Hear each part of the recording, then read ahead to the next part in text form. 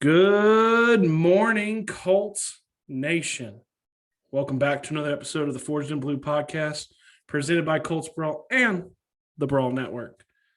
As always, I'm your host, and I'm joined by my co-host, Rashaad. Rashaad, on today's episode, I think we're going to talk a little bit about the free agency. What do you think? Sounds like a good idea to me, man. I know we have a lot to say about it. We haven't gotten a chance to speak to the people since it has begun, so let's do it. No, I'm excited, man. And as always, to you guys, we're going to get to your social media questions. I haven't even told Rashaad this. I'm kind of thinking, Rashaad, we call it social media question time. I've been trying to come up with kind of a catchy phrase. I think we're going to call it the social media sessions. Okay. What do you think? I like that. It's got a good little ring, right? You can sit down on the couch with Forged in Blue, and we'll kind of go through all your questions. So we're going to get to that. As always, you guys remember to please rate, review, subscribe, and share. So without further ado, let's fire it up and jump on in. So, Rashaad, obviously free agency hasn't technically begun yet. We know that legal tampering started yesterday. You guys have heard from a lot of our buddies over at Colts Brawl. You've heard Bring the Juice, Colts Talk on YouTube. Marcus, shout out to you, man. He's part of the Colts Brawl team now. We've heard a lot of different ones. So we want to give you guys kind of our not so instant day one reaction, instant day two reaction on what we're thinking, what's going through our head, what we think about the fact that the Colts haven't done anything really, and kind of where we're feeling. So obviously, I want to touch on one person really quickly. I'm going to let Rashaad touch on the other. Obviously, news broke. We're recording this on Tuesday night, and news broke today. Jacoby has signed a contract with the Miami Dolphins. And I know, there was a lot of talk about, hey, he's not a starter. He didn't do what we wanted and what we paid him to do 2 years ago. But we want to take just a second and just give a shout out. I don't know. Hey, it'd be fantastic if Jacoby listened to this. I don't know if he does. I doubt it, but it'd be great. And just thank him for his time here. Outside of the playing, and he played well. The guy is probably one of the most amazing human beings I think you could have on the team. And the Dolphins got a huge, massive locker room leader that I think he's going to be great for Tua. I think he's going to, and obviously he has that connection with Brian Flores. So one, do a quick shout out to him. Rashaad's got another one he wants to give a quick shout out to. Yeah, congratulations to Jacoby Brissett. And another player that I want to talk about in a totally different tone, not because this person wasn't a great player, just because of the situation. We have one of our prominent players over the last 3 years signed a 3-year, $21 million contract, $9 million of that being guaranteed with the Tennessee Titans. And that player is Denico Autry. I'm a little obsessed. I'm a little upset. And I know you feel it even more than I do because you're out there in Nashville currently. So I know you're getting it big time. But man, I do want to say is congratulations, man. Get your money. I'm all pro player as far as getting money. Get what you can out the game because the game is brutal. And good luck, but not too much luck because you're now a part of the rivalry. And we look forward to beating y'all 2 times this year, maybe 3 times if you happen to slip into the playoffs. I couldn't agree more. You're right, man. It sucks. I work with Titans fans. I'm around Titans fans. And to hear them talk, it's like the old days. I talked about it. I was on Bring the Juice earlier today with Cody and Jim Aiello, and we were talking about it. And that's something I brought up was, back in the old days, they took players all the time. David Thornton, Nick Harper. They took them from us. So they're just back doing what they're trying to do, trying to kind of get a little bit of rub off the Colts. But at the same time, like you said, it's a brutal game. I got no problem with you going to get your money. I get it. Colts tried to come in. We've got reports that say Colts came in to try to match at the end a little bit. And it just got a little bit too pricey for them, and they're going to move on. So shout out to him. I think one of the best signings that Ballard has had since he's been here, cost versus production. You paid him dirt nothing, and what was it, 20 sacks over 3 years, something around there? Yep. So shout out, man. we wanted to give a special one to those two guys. Obviously, they're the two Colts players that we know are gone. There are many others that we don't know yet. We don't know where TY sits. We don't know where Xavier Rhodes sits. We don't know any of that as of the recording of this pod, but we wanted to give a special one to them. So the next thing we want to do is we want to give you guys just our feeling on some of these contracts, man, some of these insane contracts. And we're going to kind of go through a little bit and give you guys a couple that we like, a couple that we didn't.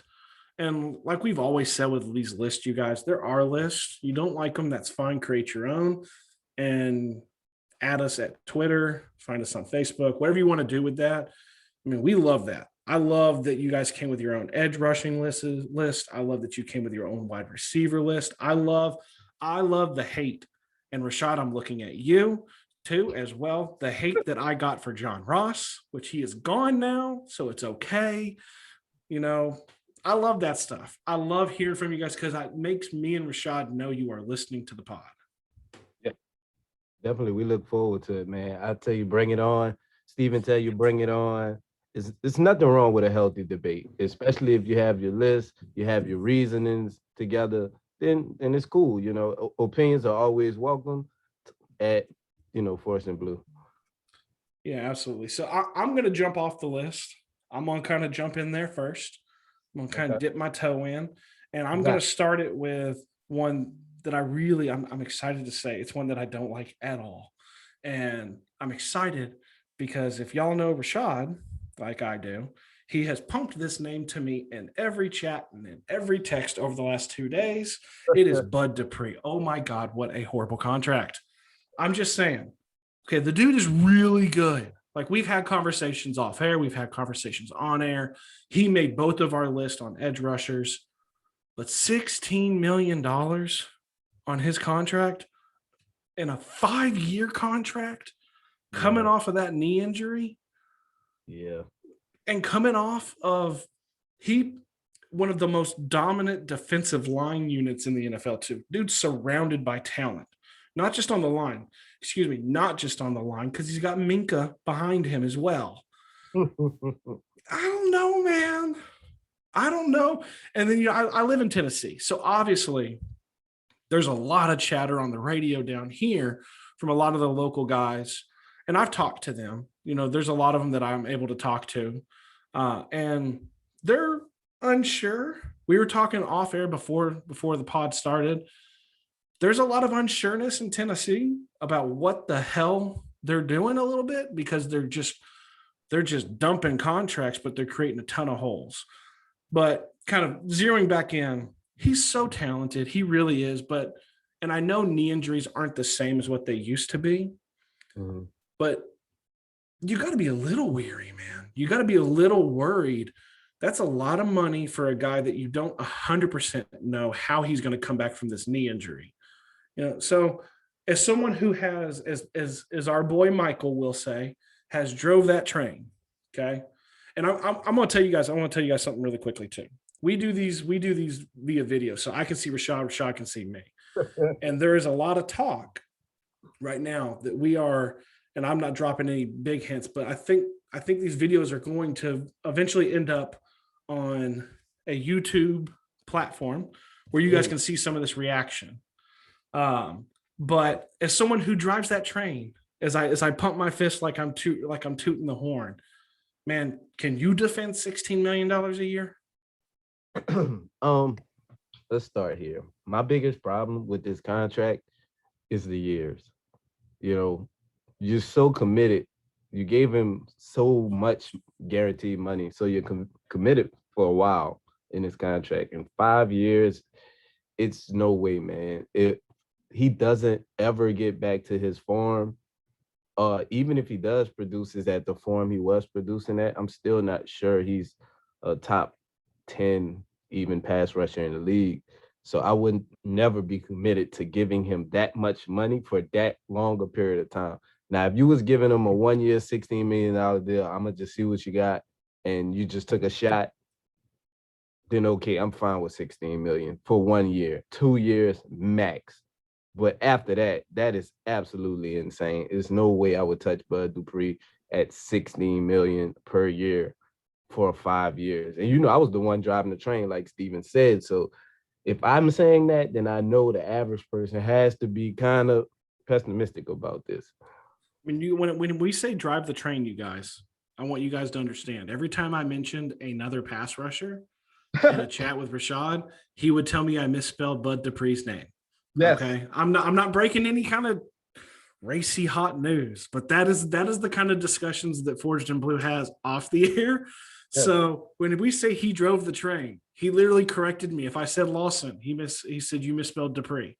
If I said Okwara, I misspelled Dupree. If I said Reddick, who I love, and if we don't at least mention him one time in the show, Destin will kill us. So, yeah, I mean, I'm 100% like, obviously there's a reason why it let off my bad contract. $16 million, 5 years. It's just too much, man. It's just too much in my mind. And for me, it smacks of desperation a little bit because of how bad their pass rush was last year. All right. Well, I'm gonna go next. And what's funny about my two guys, my two bad contract guys, my two bad contract signings, is both of them have the same first name. So I'm gonna save the best for last, and I'm gonna go with Leonard Williams of the New York Giants. He just signed. Think of that one.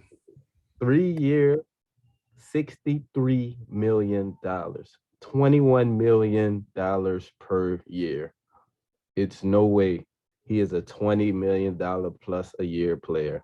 I'm sorry. I know he feels like he's, in a class with a Khalil Max and a Myles Garrett and Von Miller. Well, the old Von Miller. And DeForest Buckner and Aaron Donald, of course. He's not in those guys' class. I have him in a tier under that. I would have been fine with him at 15 to 18 mil tops. But for Leonard Williams to get 21 million plus just really confirms that the Giants just have no idea what they're actually doing. And that's a ridiculous price to pay for that guy. Yeah, I hadn't thought of that one, man, because that's a fairly new one. That broke today. They had franchise tagged him, and I think Destin was talking about it on Colts Brawl one day, not to go on a tangent, but he was talking about the franchise tag and how it's really the sole purpose when they first did it was so you could work out long-term deals like this. I don't hate that selection. I kind of, to be honest, I kind of nothing it. I don't think of the Giants really. I know that sounds horrible. It didn't really hit me, with that deal. I mean, I don't know. I mean, it's not horrible, I guess, but it's not the best contract. I'm super pumped to hear your next one. I can't wait for that one. But so I mean, it's a lot of money. It's a lot of money for what I feel probably is kind of an unproven talent because you don't really know what he's going to be capable of. So I'm with you on that one. To quote you, and I do it on Twitter sometimes, I don't hate it. I can't hate that. I can't hate that too much. Yeah. So my next one, and I stole this from Rashaad. Who is it? We were talking about it. It's Hunter Henry, man. Oh God. And I don't like it simply due to, well, first of all, if you guys listen to the last episode, Zach Hicks, and I'm not going to put words in his mouth, but he hates him.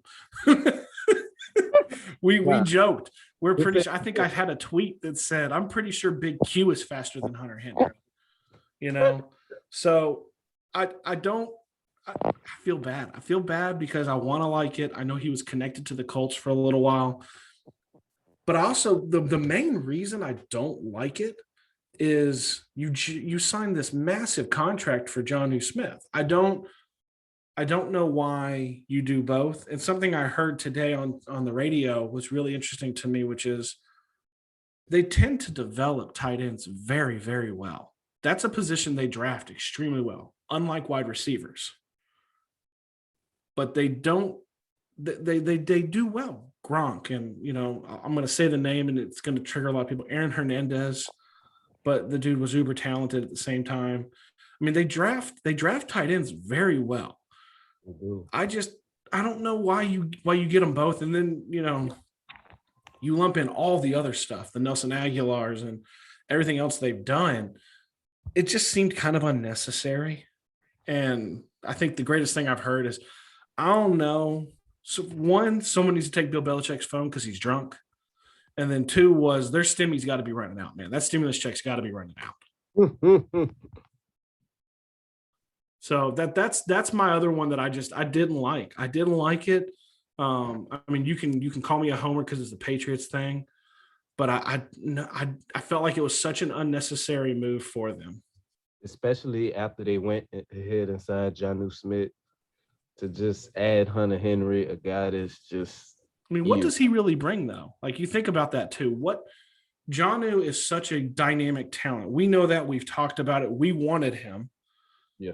What does Hunter Henry bring you the underneath, and Jonnu's going to run deep, Yeah. And then at the same time, can Cam hit them? Can he still hit them? That's the thing. I think when you talk about the Patriots, the old two tight end set that they ran a long time ago with Gronkowski and Aaron Hernandez, they like to run kind of like a high-low thing, like what you was talking about, where they send a guy deep, and then there's the slower guy that's typically working underneath. Hunter Henry, he's just not athletic anymore, man. I mean, he never was one of the fastest guys to begin with, but then after those injuries, he kind of never regained the little athleticism he did have. He has a tough job getting separation, man. Everything is a tough catch for him, and he's not the greatest at catching the ball in traffic. So it's kind of like, I guess they're going to use Jonnu Smith more as a slot receiver more than even a tight end pretty much at this point.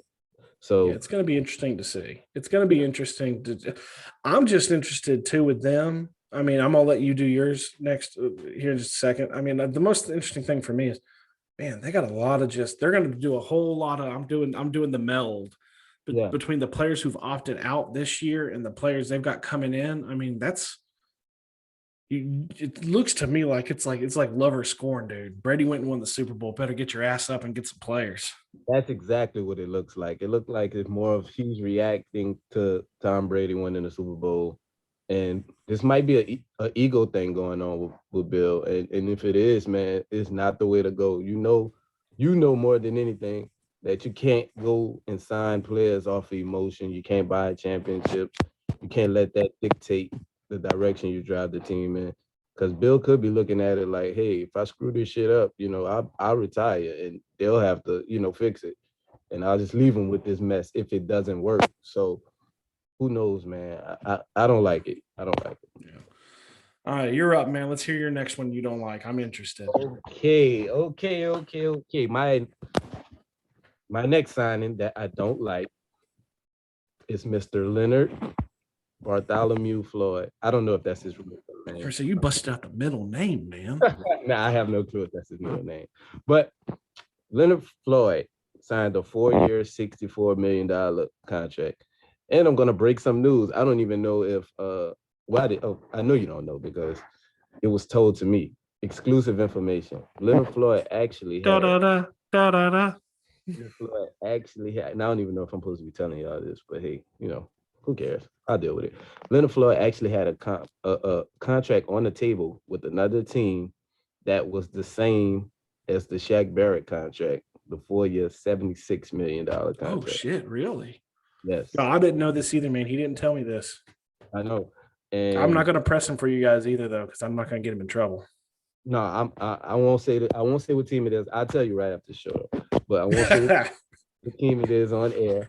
But yes, and he turned it down to, let's be honest, to play with Aaron Donald. That's the sole reason why that you do something like that. But the reason I have a problem with it is because before this past season, before his first year with Aaron Donald, Leonard Floyd has never had over 7 sacks in one season. He's been in the league 5 years now. That is ridiculous, the fact that you have never produced over 7 sacks in one season before last year. And you got 10.5 last year. We all know why that was. It was due to Aaron Donald. Guess what else happened last year? Dante Fowler, the same guy, never had double-digit sacks in 3 years. Plays with Aaron Donald one season, has double-digit sacks for the first time in his career. Gets $16 million a year over there in Atlanta, I believe. Ask Atlanta, how's that working out? Can we just point out one quick thing too? When you say this, how many sacks did Aaron Donald have last year? Ooh, Didn't he have 14. like 19? He had something ridiculous, didn't he? No, that was the year before last. So Dante Fowler had double these players are getting double digit sacks while Aaron Donald is being double teamed and still getting double digit sacks. Exactly. Yeah. Let's just point that out. Both years, the year with Leonard Floyd, this year he had double-digit sacks. Well, he won Defensive Player of the Year this year also. And the year before that, he had double-digit sacks. And like Aaron Donald's so good. To give you an example, last year when Dante Fowler had double-digit sacks, Aaron Donald had double-digit sacks. Clay Matthews played in like 9 games and he got hurt and he had like 9 sacks. And Clay Matthews was done at this point. Like he didn't he wasn't even signed with a team this last year that played, just to show you how easy it is to produce. Aaron Donald pretty much does everything. He just lays it out. If you can beat a one-on-one, you'll get production. You'll be productive. And that's the signing I hate the most, because 4 years, $64 million. I hate that signing more than anything itself. He wasn't worth it. He got lucky, hit the jackpot in the contract season. And hey, man, but like I said earlier, hey, you can feed your family. You can get as much money as you My can. family. Right. He can feed a lot of families. He can feed all of our listenership's families, probably. Goodness. He'll be fine. I mean, you know what? I'll say this.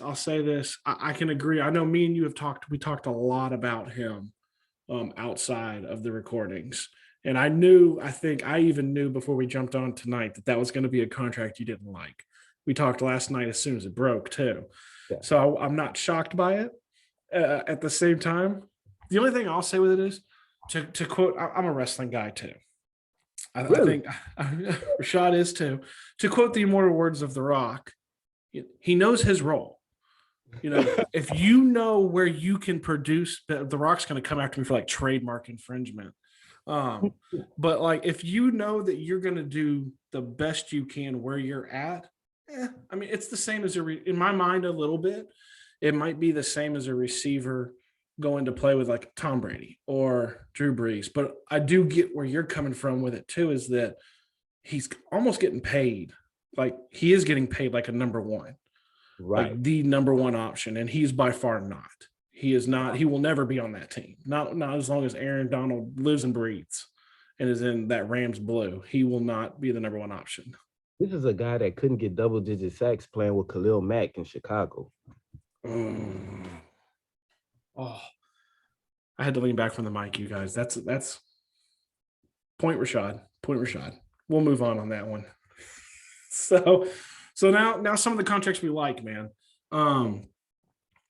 The first one for me, we just touched on it. I really like the Jonnu Smith contract, and I think I might be blinded by the fact that I like Jonnu Smith so much, and I wanted him in Indy. But it also feels like a reasonable contract. It's probably going to be a really, really good situation for him. They feature the tight end. I mean, he had good stats in Tennessee, and that is an extremely run-heavy offense. He's very dynamic. I could see them running plays with him. And like I said before, not to trigger anybody, but, you know, when they had Aaron Hernandez, they ran him like out of the backfield, like a running back. I could see them doing things like that with Jonnu. He did that in Tennessee this year. So I don't hate the money. I feel like it was a really good need. I think it's a good fit probably with Cam because it's a big target. I'm okay with it. I'm okay with it. I like the player. I don't think he's someone who's going to rest on his laurels just because he got paid. I mean, obviously it's like venom coming out of my mouth a little because I can't stand the Patriots, but it's not a horrible contract, and I'm okay with the signing. Yeah, man, that's a great signing. I mean, the money is probably not great, but when you got someone that's as talented as Jonnu Smith, he's worth every penny if you're using him the right way. Yeah. He's not a $12.5 million player in Tennessee because there's a run-heavy offense that didn't utilize him to nowhere near his strengths. I mean, they, like you said, they handed him off the ball. They tried a couple of ways to get him the ball, but that is a guy that needs to be featured in an offense. The way Darren Wallace featured in Oakland, Well, Las Vegas, gosh, I'm still not used to saying Vegas. Still sounds weird, man. I'm with you. The the way Travis Kelsey's used, the way George Kittle is used, Jonnu Smith has that type of talent. He really does. And I think people are going to start to see that because it seems like New England is trying to replicate the success around Cam that they last saw.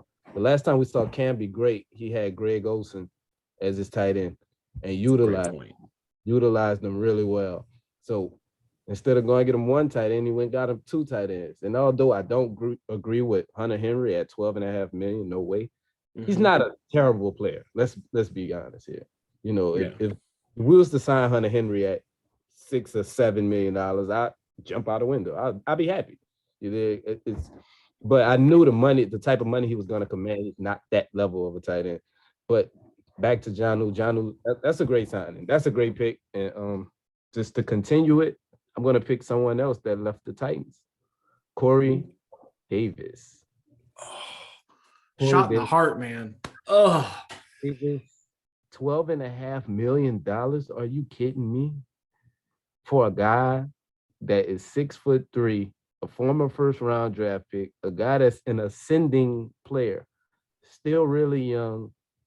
And right now, just last season, he was a top 5 number 2 tight end in the league. I mean, wide receiver in the league. I said tight end. Jesus. Still thinking about how terrible Hunter Henry is. He has the potential to become a number 1 receiver. And I think he's going to get that opportunity. We don't know what the Jets are going to do at quarterback. It's looking like it could be Wilson. Yeah. But whoever's quarterbacking, they're going to have a big target.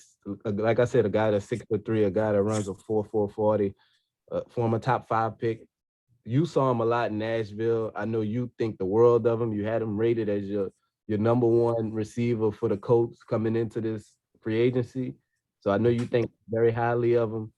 And it had to be, bittersweet to see him go because he didn't come to the Colts, but he did leave Tennessee. Yeah, I mean, I'm good with that. I'm good. We were talking off air. That was right there for me. That was right there. I feel like it was a good market for him. I think a lot of the discussion in our Colts Brawl chats has been, was he worth that? Is he a number 1 because he didn't really prove he was a number 1 in Tennessee? I mean, you can go all sorts of ways. He's in a run-heavy offense in the Titans. He's with Derrick Henry. A.J. Brown is just – I mean, he just blew up onto the scene. The guy's a linebacker running through he's insane when you watch him play. And he just took that. I mean, it's easy to forget. We talked about it during the receiver ones. It's easy to forget. The guy was a top 5 pick, dominant at Western Michigan. There's a reason why you're picked that high. And yeah, I've seen him play. I have seen him disappear, but I did hear a lot of reports the last couple of days where there was a lot more of, we talked last time that there was some ex-players questioning last year if he kind of had that dog in him, if he could do that. And those reports kind of went away this year. You didn't hear that as much. You definitely didn't hear it as much over the last couple of days. So I love that.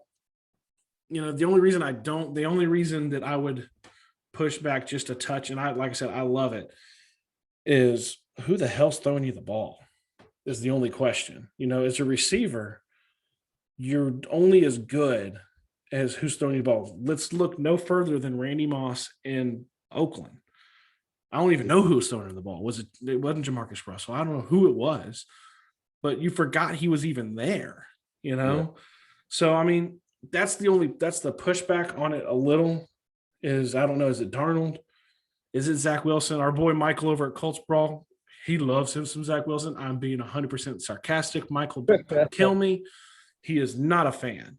And y'all know that I'm not a huge fan of him either. So that's not a big surprise. But that's my only pushback. And I think in the back of my mind, it always goes to like when all the players used to go sign with the Browns. It's like, oh, you're just going to get money. But it was a good deal. It wasn't a horrible deal. So, no, you're not going to get a ton of pushback from me on that one. Okay. So, my number one, the contract that I really do like, and I think I stole it from you. I think everybody's going to say it's Yannick Ngakoue. That's a great contract. It's insane. I mean, 2 years, 26 million. It's 13 million a year. It's insane. The guy has proven to be a number one edge rusher. He has. We talked a little bit about how he exited Jacksonville, but my pushback on that was everybody leaves Jacksonville poorly. Shout out to all my buddies at Jags Brawl. We've talked a lot lately. I'm sorry. But, I got to tell you this, man. When we're talking about that too, this is so off subject. But have you seen the stat about the Jaguars and how much money they've spent? No. Oh, dude, it's fantastic. So shout out to Warren Sharp. It's at Sharp Football. It's on Twitter. He tweeted this out. Said the Jaguars have now spent $1.4 billion since 2011. By far the most money in the NFL. They've lost nearly 75% of the games in that span. By far the worst percentage in the NFL. And they're now on their fifth coach since 2011. $1.4 billion. You could buy a franchise for that. So, I got so far off subject because Yannick was in there, but it's a great deal, man. I heard Destin talking about it on Colts Brawl yesterday. I think you couldn't hate that. The only reason you could hate it is because you felt like the Colts probably could have paid that. But it's great numbers. Vegas, I think he'll do great out there. He's going to be the number one guy. They need him to be the number one guy, but I think he'll do fine. I think it's a good fit. I can't hate that at all. I just really like it. In 4 seasons, Yannick Ngakoue has never had anything less than 8 sacks. So it's kind of the opposite of what I gave you about Leonard Floyd. Only had 1 season over 7. Yannick has never had under 8 in any season in his career. And so he was on 2 teams last year too. Yep, had 5 for one and 3 for the other. He's proven he can produce anywhere, bro. He has a double-digit sack year, his second year in the NFL. Like, Yannick produces, man, and he's a thorn in a coach's side. I'm thankful we don't have to play him this year. This will be the first we don't play him twice. We don't even play him once this year. Thank goodness. People ship him out of our division. We still have to play freaking J.J. Watt. Sorry, we talked about that last time. We send people away, and then they turn around and they still have to freaking play us. So that's how bad our luck is. Yannick got traded. We played him in week 2, I believe, with Minnesota. Mm-hmm. And then he was traded in the middle of the season, and we had to play him again with Baltimore. It's not right. We won 1-1. 1-1 in those games. Right. One was a blowout, and the other one was a blowout the other way. So it's funny because we used to go on 1-1 because when he played for Jacksonville, we can't beat Jacksonville in freaking Jacksonville. For some reason. God, man! You're telling me. There's a podcast I went on last season called Down by the Bank Podcast. Shout out to them. They're fantastic. And we were talking about the last game of the year. And they're like, we're all partying down here. We're waiting for Trevor Lawrence. I was like, everyone's sweating in Indy because we don't freaking beat you guys. Like, we don't. They won 1 game. And it was against us. So man, okay. So what's your last one? My last guy, since Steven stole my guy, Yannick, I'm going to go with a former LA Ram, John Johnson, the safety from the Rams. Signed 3-year, $33 million, $11 million a year for a perennial Pro Bowl type of safety. Very smart guy. And Cleveland defense needs help, man. That defense needs an influx of talent because besides from Myles Garrett, you got Ward at cornerback, and that's it. I mean, they drafted Grant Delpit, who was out all of last season. I don't know what's going on with Greedy Williams, but they need talent. And I think John Johnson is so great, man. My brother raves about him. He loves this game. And plus, he treated my mom. He gave my mom and my sister an autograph, took pictures with him, took real good care of him. The last game my family went to. So he gets a plus in my book for that. It's a great guy, man. So I like John. Very smart guy. I wish him the best, man. I think he'll do well out there in Cleveland. See, that's why y'all tune in. That's that insider knowledge from LA. We don't have to talk to anybody out in LA. We've got that inside knowledge when it comes to the Rams and those players. I love that. I do. I love that. It's a good price tag. It's a good player, and I'm always a fan. Like we talked. I'm a fan of players getting their money, but I'm a fan of when they get their money and they go somewhere where they can flourish and they Yeah. can possibly win. I mean, that's a good team. I know, OBJ set Twitter on fire today with the whole second act thing, but from what I'm understanding, that just means he's second act coming back from his knee injury. I think he's probably going to get traded, but that's just me. Wouldn't that blow Twitter up? Well, my first reaction when I saw it was second act. I thought I missed where he got traded back to the Giants. I was like, oh my God. That would be That would be them admitting a huge mistake. So, all right. So I'm going to go a little off script now because I'm just curious. Okay. We went through the contracts. So I want to give the listeners, one player that we're out there, kind of one guy who we're looking for, who we think can just kind of ball out if he came to the Colts. And really quickly though, speaking of balls, okay, y'all do not understand. I love trying to get Rashaad to laugh at these, and I absolutely adore trying to fit these into these weird spots. So football is here, and so is your shot. Oh no, that's the wrong one, you guys. That's that's DraftKings. Manscaped, you guys. Manscaped. When it comes to men's hygiene, Manscaped is good and safe as Christian McCaffrey in the PPR league. The Lawnmower 3.0 is the best hygiene tool for the modern man because of their ceramic blades, skin-safe technology. Your nicks and snags will be greatly reduced. You will not deflate your balls, as Rashaad has said before. Yes. This is the perfect protection needed for your franchise quarterback. If you guys could see the video, you could see what I'm doing. Rashaad sees it. It's probably not appropriate. The Lawnmower 3.0 is also waterproof, so you can do it in the shower. Again, be very careful, you guys. You're not going to electrocute yourself, but you don't want to, have an accident and join the Bobbitt family. They just released the Shears 2.0 nail kit, which is the perfect add-on to their Lawnmower 3.0 trimmer. No one likes an ungroomed set of feet, fingers, and most importantly, your balls. The Perfect Package 3.0 comes with a new and improved Lawnmower Performance boxer briefs, a travel bag that you can use when you're done quarantining, and some other liquid formulations like the Crop Preserver and Crop Reviver. Whoa. The Crop Reviver is an anti-chafing ball deodorant, you guys. Like, they have everything. And I just want to go ahead. I love this stuff. I love making y'all laugh with this. To our female listeners, y'all just listen to the DraftKings one later, okay? For a limited time, subscribers get not one, but two free gifts: the Shed Travel Bag, which is a $39 value add, and the patented high-performance anti-chafing Manscaped Boxer Briefs. Get 20% off plus free shipping with the code at manscaped.com. Again, that's the code. One thing before you finish. My mom listened to these episodes, and she think that is the most hilarious thing ever, man. Hey, I love them. I love trying to find a little place to plug them in there. Mm-hmm. And if y'all are offended by it, man, our boy Cody and Derek, they were saying some of their listeners are offended. I'm sorry. We're sponsored by Manscaped. We're sponsored by DraftKings. Y'all are going to hear those in here. They're great stuff. They're great sponsors. We love them. We're going to plug them. You don't like it, there's literally a 30-second skip button you can hit to jump over the ad. So with that out of the way, so who is going to ball out? Who is one player that is still on the market that you like?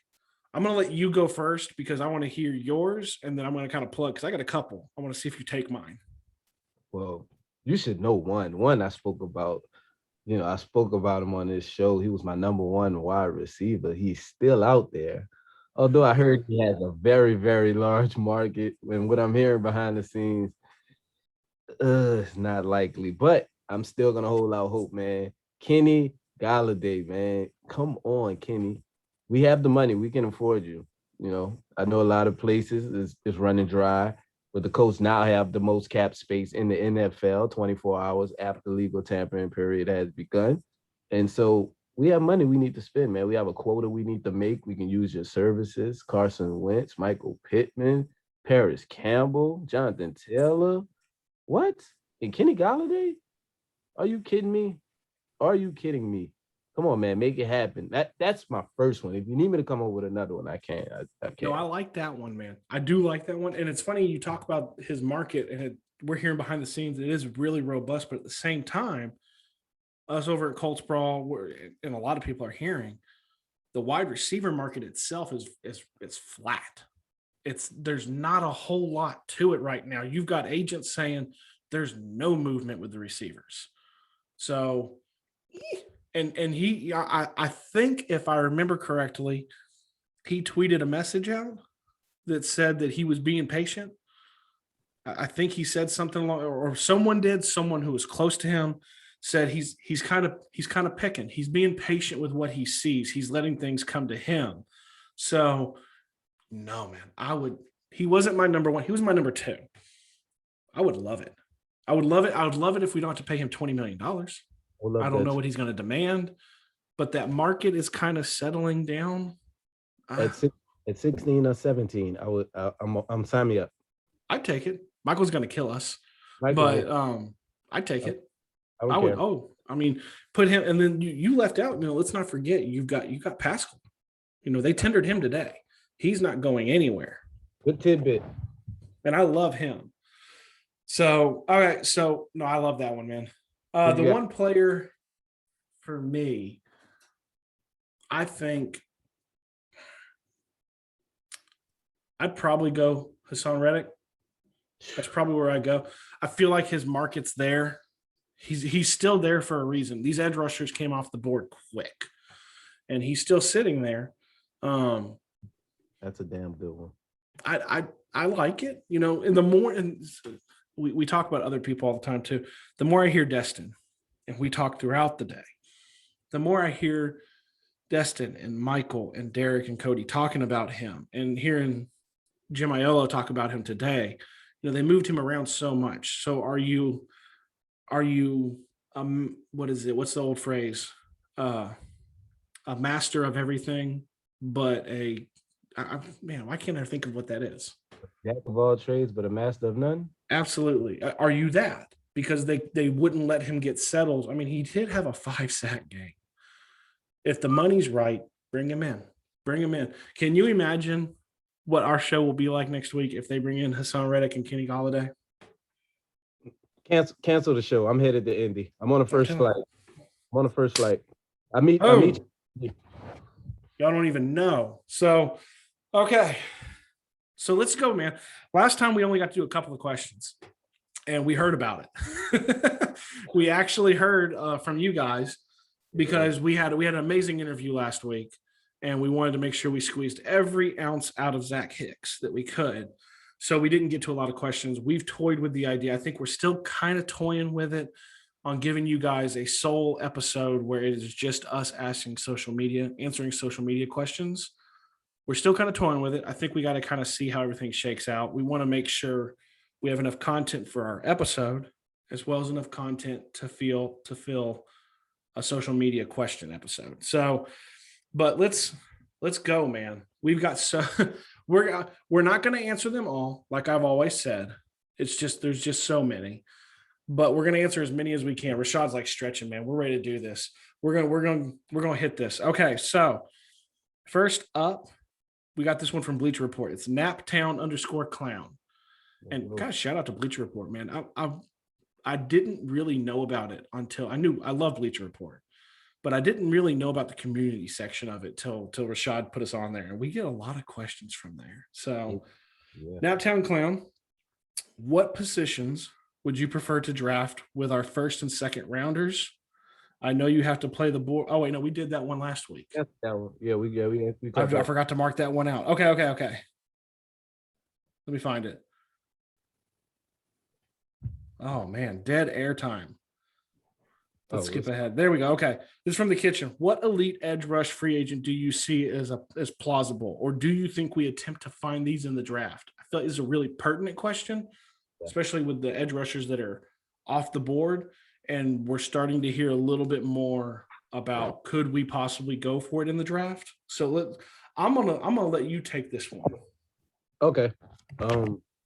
I'm definitely gonna go with Hassan Reddick.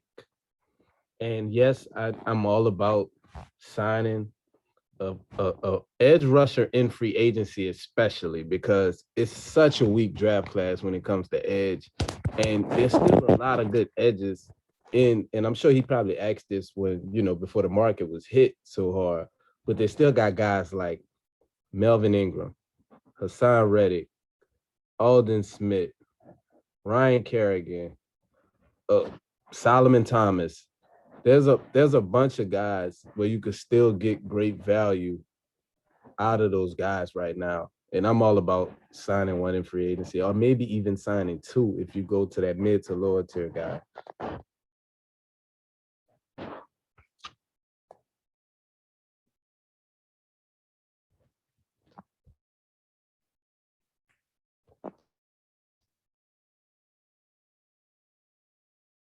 I can't hear you. Man, my mic's on mute. God bless it. Okay, so I'm with you. There's still plenty of talent. I think it's still free agency bound. There's been a lot of rumblings, and we're not breaking any news. I mean, trust me, if you could see our video, we are constantly checking to see if we can break some sort of news during this, but we don't really have anything. But there's been a lot of rumblings about Ryan Kerrigan because he's from Indy. He's from Muncie. He went to Purdue. He has expressed a desire to return to Indiana. So there's that. But there's still a lot of Hassan Reddick still out there, Kerrigan still out there. You name so many. I still think that's where they attack it. It's what makes the most sense to me. Yeah. Because you got to get some sort of impact. And Ballard, it goes unnoticed sometimes.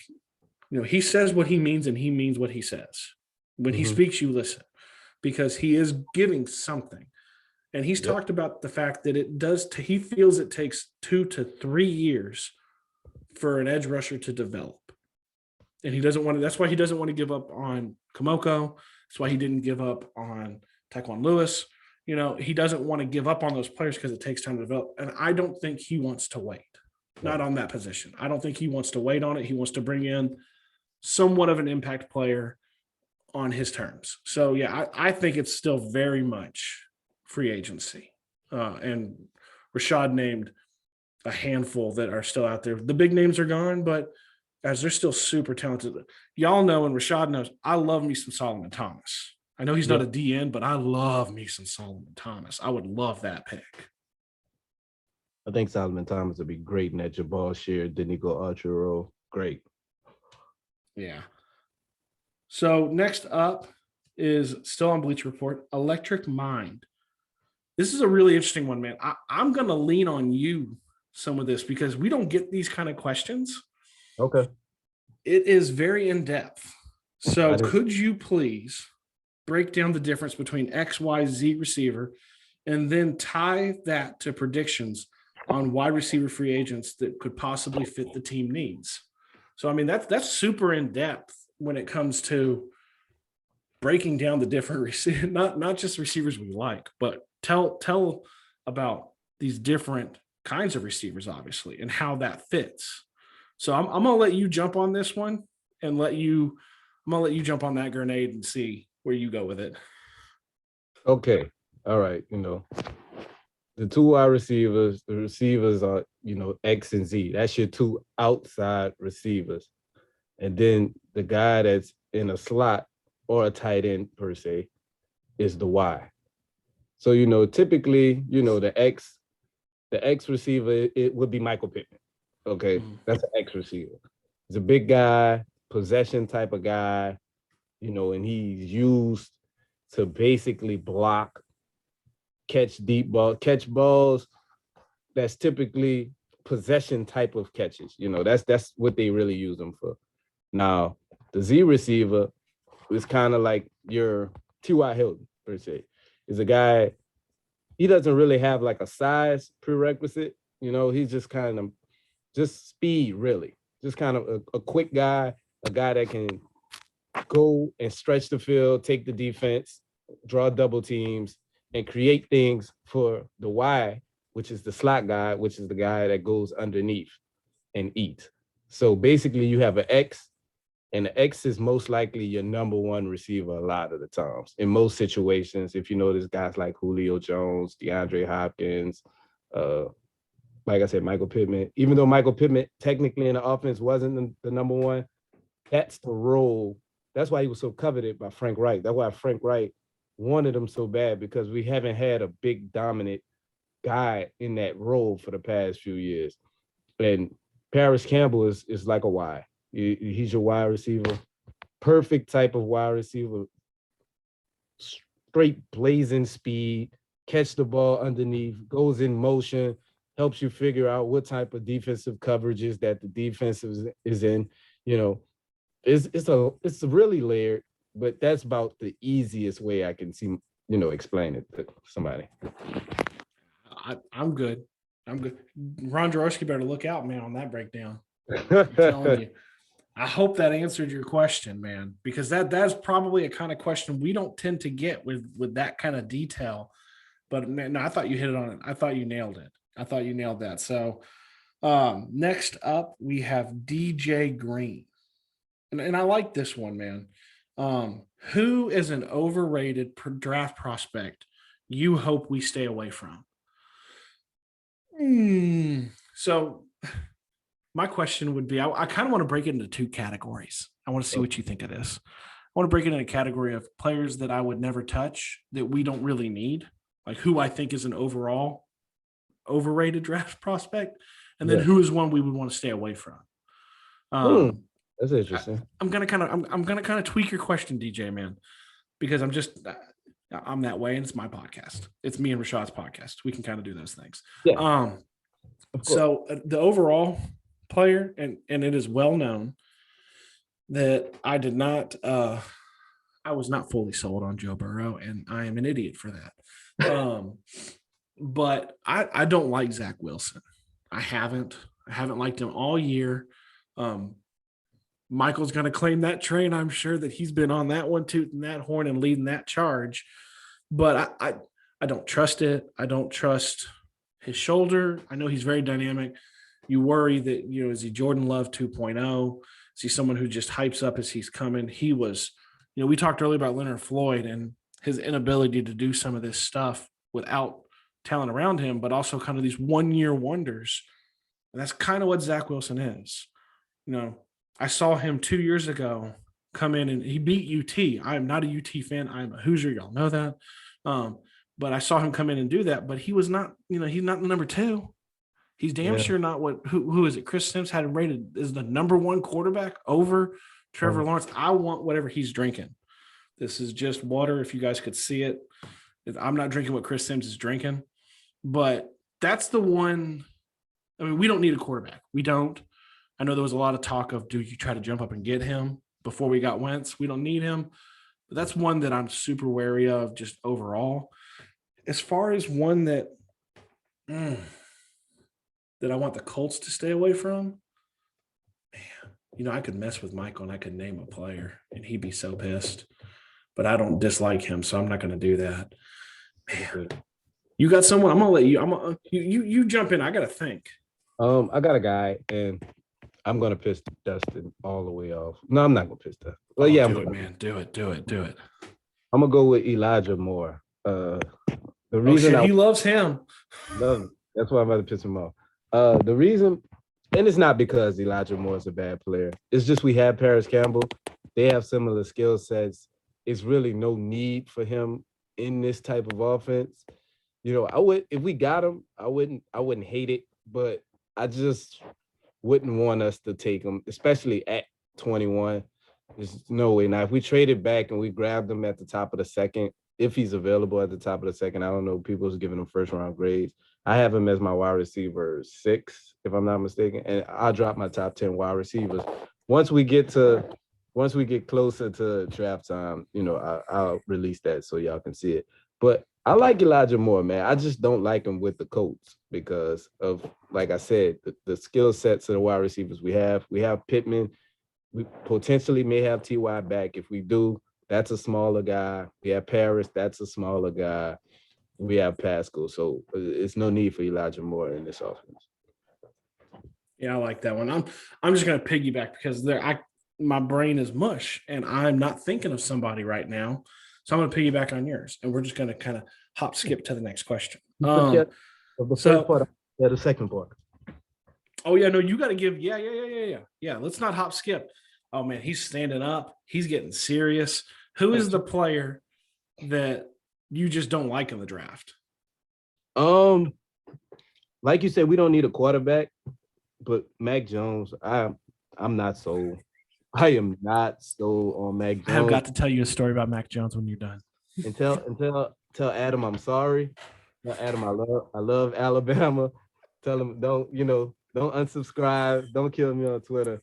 It's not him you got to worry about. I've got to tell you a story when you get done talking about him that I had this week. Okay. Well, Mack Jones, I think he's a fine player. I just don't think he's a first round type of talent. I think he had all world talent around him and made his job extremely easy. But the same could be said for Joe Burrow last year. So, it's no diss to him. I just don't feel like he has the strongest of arms. He does throw a great anticipation. That's what I do. That's the biggest positive I do like about him when I look at the film. And I wish him the best of luck, man. I just don't think that if he's in an offense where he doesn't have that type of elite talent around him, I just see it hard for him to flourish in the NFL. Yeah, I mean, so he's been my buddy Adam. For those who are new to listening, my buddy Adam Raymer runs Bama Brawl. If you love Bama or you love college football right now, go check him out. It's a great podcast, super informative. He's got a new co-host, Blake. Go check him out too. And I work with Adam. Adam's like a brother to me. And we kind of broke into podcasting together, and he started his and I started mine. And he has been trying to convince me of Mack Jones for quite some time. And I've been super hesitant. Mack Jones was being mocked to the Colts a lot, and there was a lot of discussion, and it leaked. For those of you who might already listen to him, it leaked onto his podcast this time that I called Mack Jones doughy. Which if you've seen the picture on Google, come on, man, that's not even a dad bod. Okay, that's a too many drinks on a Saturday night at a frat party bod. And so I caught a little heat from his new co-host Blake, and we kind of had a couple jabs. For those of you who follow me at Forged in Blue, and let's put that one out there real quick too. For those who want to interact during this segment or during the potential going forward, at Forged in Blue, at King of Colts, you can find us at both those ones. Send us questions whenever you can, whenever you want. We put them into the queue. They keep going. Obviously, by the fact that I accidentally read a question from last week. Send a bunch. Kitchen sends like 7 at a time. And we just put them in there and we just kind of roll through them through the weeks. So, find us on there, do those. But we had a nice little tit for tat, a little bit back and forth about him being doughy and me not being a huge fan of that. And those were my exact words. So Blake, you are more than we will. I gladly, and I have told Adam this, and Rashaad know this too. I have openly extended an invitation to Bama Brawl to come on closer to the draft. And you're not going to sell me on Mack Jones because I love me some Carson Wentz. But maybe I'm super interested in, there's a lot of other players that they have that I am interested in all seriousness. Yeah. And we'll have them break it down. But you guys have an open invitation to come in and sell me on the doughboy that is Mack Jones. So I'm sure he'll love his time in New England. So the next one up comes to us from Zach, who is in the Colts Brawl Elite chat. We've talked about this too, you guys. If y'all are interested, you follow either one of us. Between the two of us, there's like 4,000 of y'all. If you're interested in being in the Colts Brawl Elite, hit us with a DM. Hit us with a follow first so you can DM with us. And we'll kind of vet a little bit. There are certain rules to being in that. And we'll plug you in there. And that's where we drop kind of early news. The episode drops in there through a tweet. The episode drops in there about an hour before we put it out anywhere else. That's where we're going to drop. We're working on merchandise for Forged in Blue, Colts Brawl, Bring the Juice. Everyone's going to have it. You guys are going to get exclusive if you're in there. So Zach sent this one, and he sent it to me, but I'm going to include you because I want to see how knowledgeable you are with this, Rashaad. Zach asked me. He said, "I've got a question that you'll appreciate. Which IU player in the draft do you think would be a good fit with the Colts?" It's a good question, man. I got who I love. Y'all know who I love. Rashaad knows who I love. We've had a discussion of him. He is like Rashaad's 10th receiver, but I love me some Watt Fillier. I love him. Oh my God. He's like Mighty Mouse. He's everywhere, and he is the heart and soul. This is not a Crimson and Cream podcast. This is not Hoosier Brawl, but he is the heart and the soul of the Indiana Hoosiers. I adore him. He would be a great late round pick. He is my favorite Hoosier, more than Michael Penix. I got into it a little bit with someone about that. They were asking me about Michael Penix, and that's a whole separate thing. But that's who I pick. I love him. You could get him in the later rounds. He is small, he is shifty, and he's really fast, and he's an amazing leader.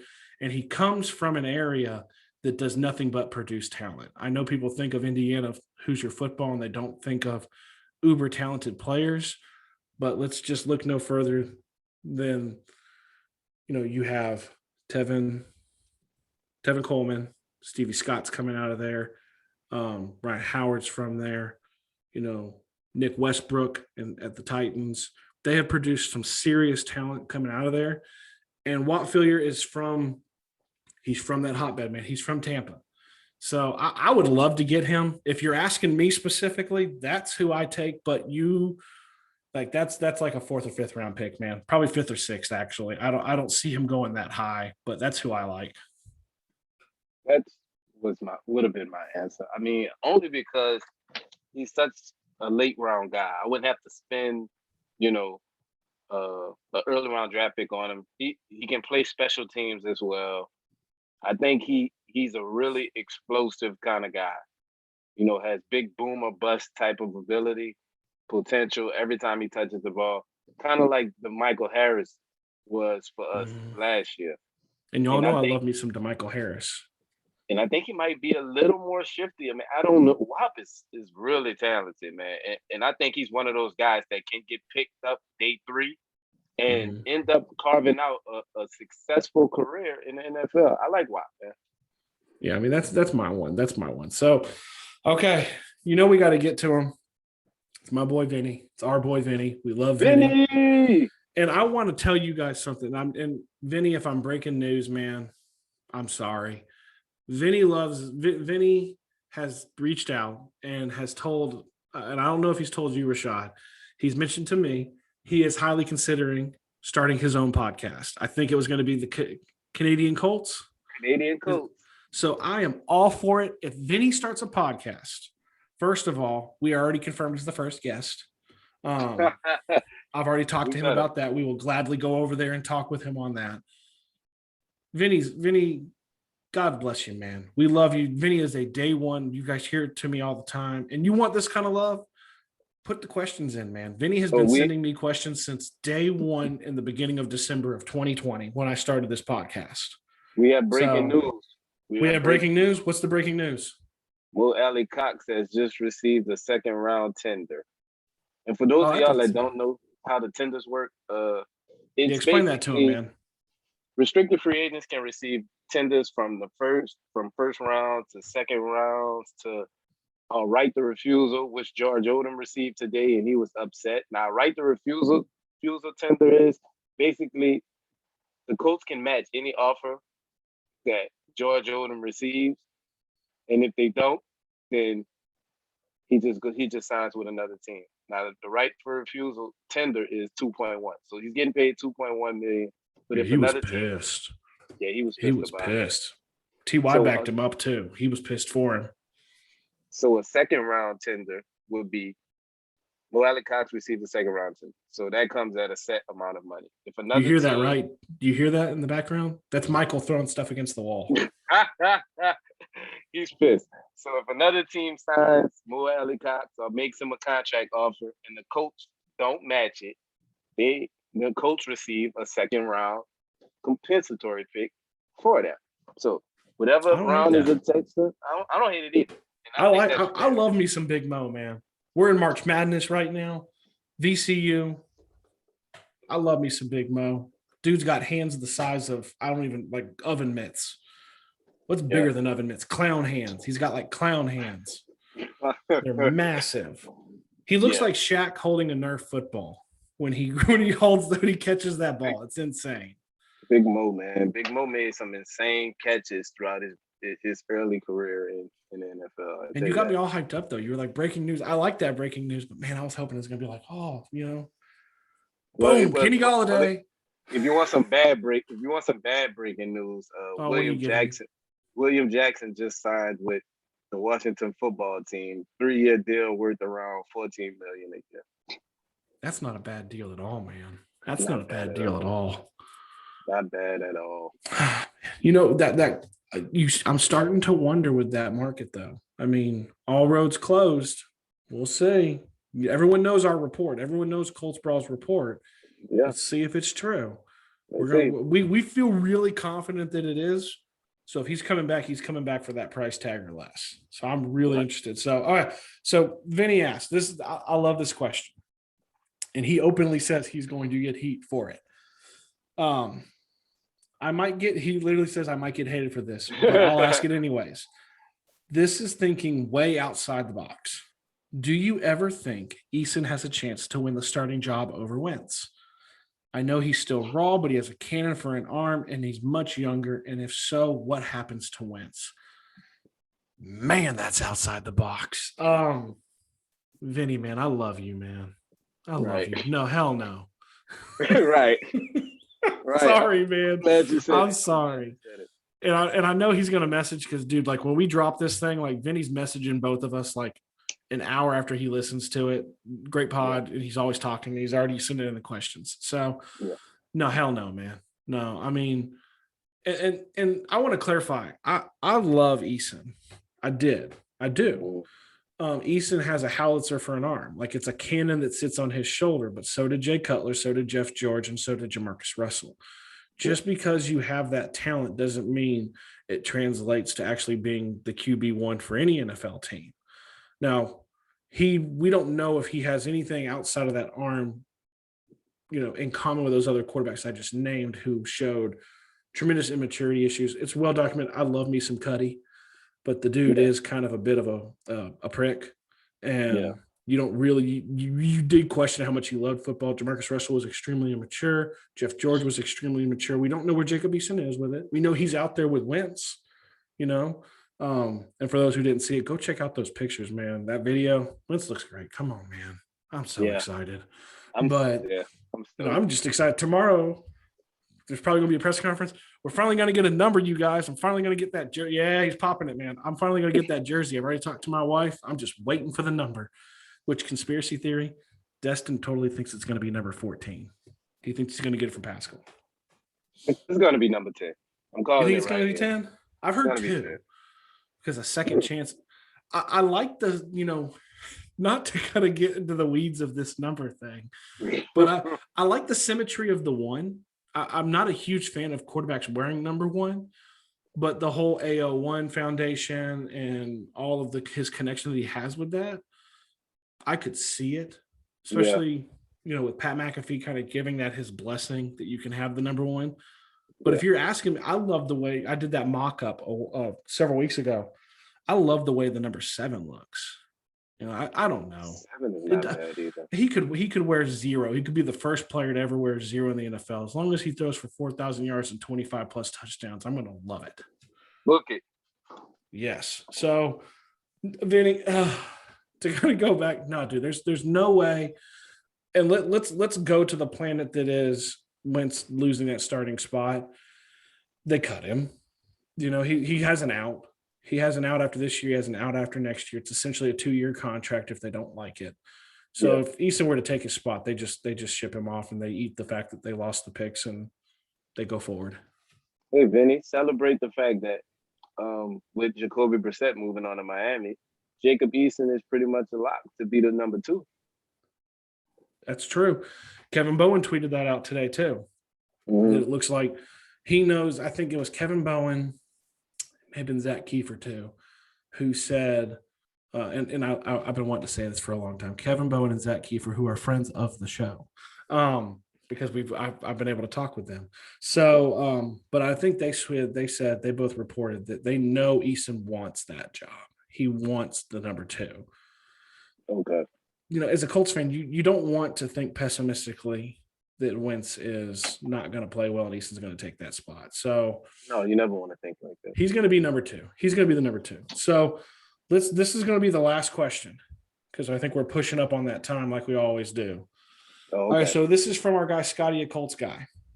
He goes, hey bud, for the next pod, if you wish, almost everybody has edge being picked in the first round by the Colts.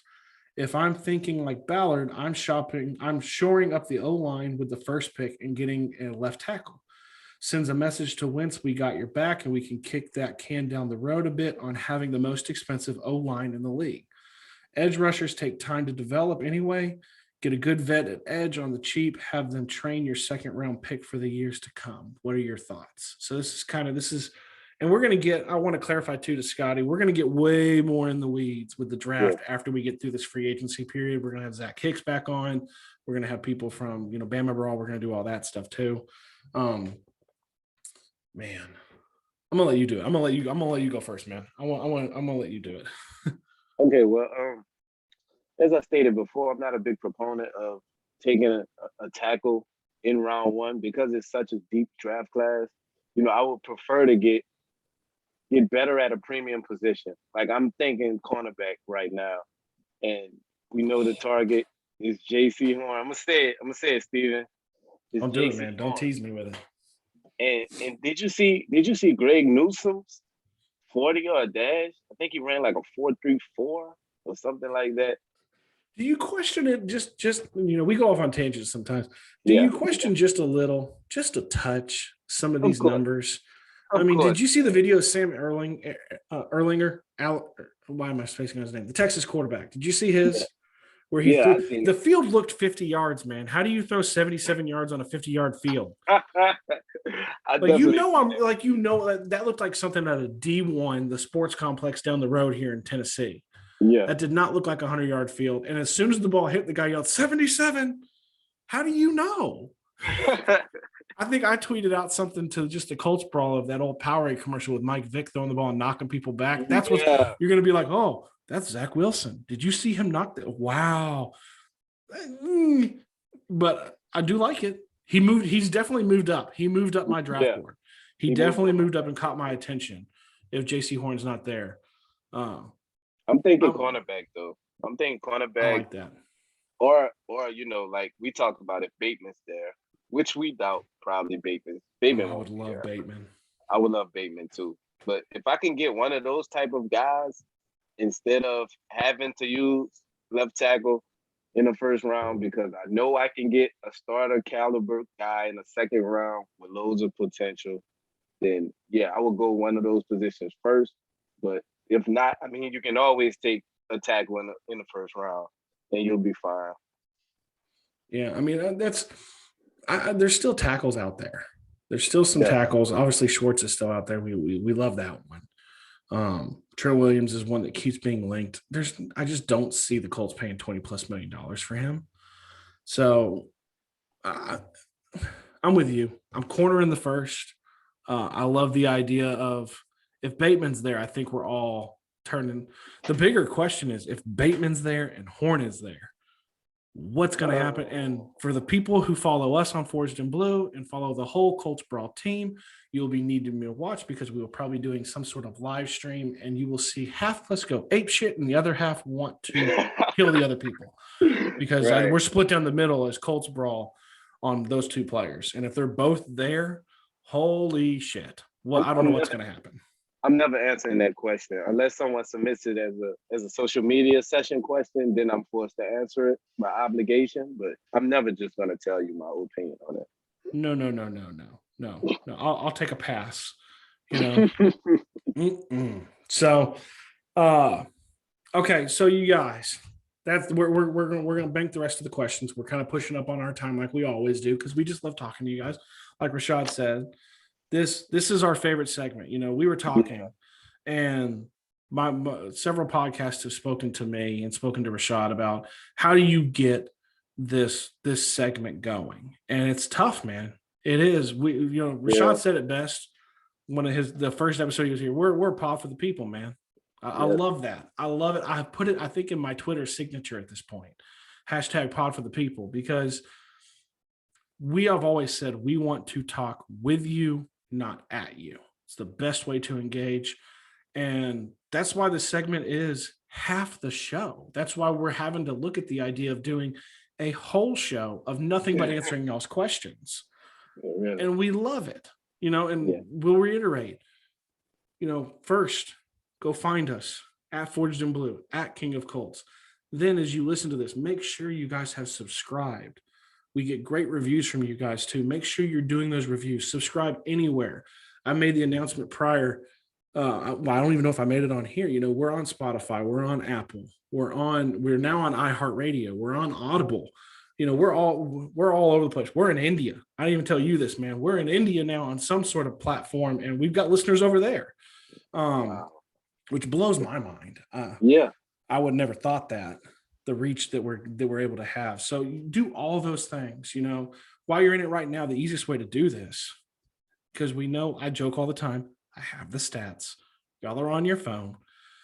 Just press that purple subscribe button. Press that follow button on Spotify. Then just scan down. Take 2 minutes. Type a review. We love to hear it. It's how we know that what we're saying actually is resonating with you guys. And I mean, huge shout out to you guys. I mean, the last 3 episodes that we've had since coming over to the Brawl have been massive. I mean, and we've had great guests, but some of our bigger ones is just me and Rashaad talking to y'all. So, shout out to you guys for supporting it. We love that. It goes without saying, it's the whole rate, review, subscribe, and share. Share it with you guys. You guys see us, not just on here. We're on Colts Brawl. We're on Bring the Juice. We're all over the place, and we're trying to do all these things. But that's how the segment continues to grow, and it's Rashaad knows it because me and him talk all the time. It's humbling. It is a very humbling thing to be able to talk to you guys and have you guys want to talk back. So we love that. Yeah, man. I mean, every week, I'm just more and more flattered at the people that reach out and the impact we are having within Colts Nation. You can almost see our community growing. And I always say, each one, teach one, and hopefully we can reach some, So everybody just tell one person that is a Colts fan, where to get some new, innovative content. And like Steven say, man, just leave a comment, and that's the only way we can get better. And we know what you guys would actually like. Like, what part of the show was your favorite segment? So we can bring that back. Maybe we can do it again, like how we did the 2 likes and the 2 dislikes. If you guys want to hear more stuff like that, that's the only way we can know that was your favorite part of the show. Comment and let us know what's your favorite part or what you don't like. And hell, we won't do it no more. Because like Steven said, we're a pod for the people, man. Whatever y'all want us to do, we're more than happy to do it for you guys. And we just want to keep bringing y'all the best content we can, man. I mean, it's true. It really is. I mean, you guys hear me say it all the time. Y'all have wrapped your arms around, y'all have embraced us. And we love you guys. We mean it. Like we tell it in the Colts Brawl Elite chat. We tell it on Facebook. We love y'all. I love when you disagree with me. I love it more when you agree with me. I don't know. It's close. It's fun both ways. I mean, I'm not trying to be hated, but at the same time, I don't mind. So, I mean, find it, read it, subscribe, follow, all that fun stuff that we ask you guys to do all the time. I want to add on one little quick thing at the end of this is obviously if you guys have listened all the way to this point, you're probably wondering where the hell is Heather? Heather had an emergency and we had to reschedule. So she is still planning to come on probably in a couple of weeks. We have booked another guest for next week. It's Laura Steele from WTHR in Indianapolis. So we're really excited about that. We have a couple of other ones I will not reveal because I don't have them locked down yet, but they are freaking awesome. Steven got a bomb. Steven has a bomb. He's waiting. When I drop it, holy shit, will I drop it? I will be so pumped. So we have been talking to somebody. I'm not going to say who yet because I not want to pin him in, but it is going to be freaking awesome when we do land that one. And he has agreed to come on. It's just working out when. So y'all know how we end this, man. Y'all know how we end this. Whatever happens, Colts Twitterverse is burning. I stay away from Colts Facebook. That's freaking frightening. Just whatever happens, win, lose, or draw, we are all forged in blue. I love you. Rashaad loves you. We're out. Peace. Man.